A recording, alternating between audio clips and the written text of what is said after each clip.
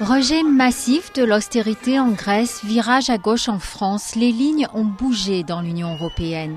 Et pour François Hollande, le moment est venu d'emprunter une troisième voie, celle d'une combinaison de la réduction des déficits publics avec une relance de la croissance. C'est la mission qui désormais est la mienne, c'est-à-dire de donner à la construction européenne une dimension de croissance, d'emploi, de prospérité, bref d'avenir.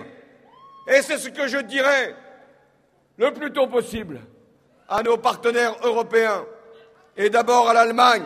La réponse n'a pas tardé. La chancelière allemande qui avait soutenu Nicolas Sarkozy est prête à accueillir François Hollande à bras ouverts, mais pas question de toucher au pacte de réduction des déficits adopté en mars dernier par la plupart des pays de l'UE.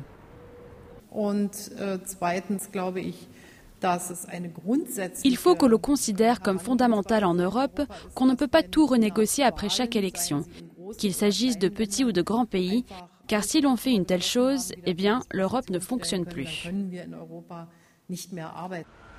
Socialistes français et libéraux allemands n'ont pas la même conception de la relance. Pour les premiers, l'Europe doit s'engager dans de grands travaux et la BCE faciliter le crédit aux États.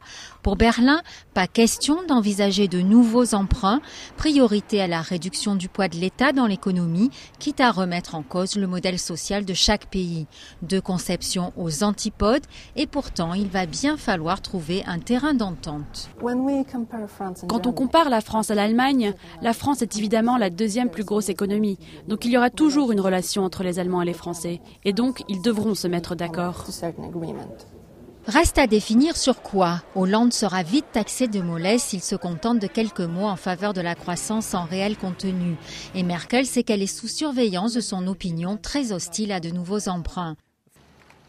Entre les deux, la voix de l'Espagne, mais aussi et surtout de l'Italie, toutes deux en récession, pourrait faire pencher la balance. Mario Monti a promis de jouer les bons offices, sans toutefois entrer pour le moment dans le vif du sujet.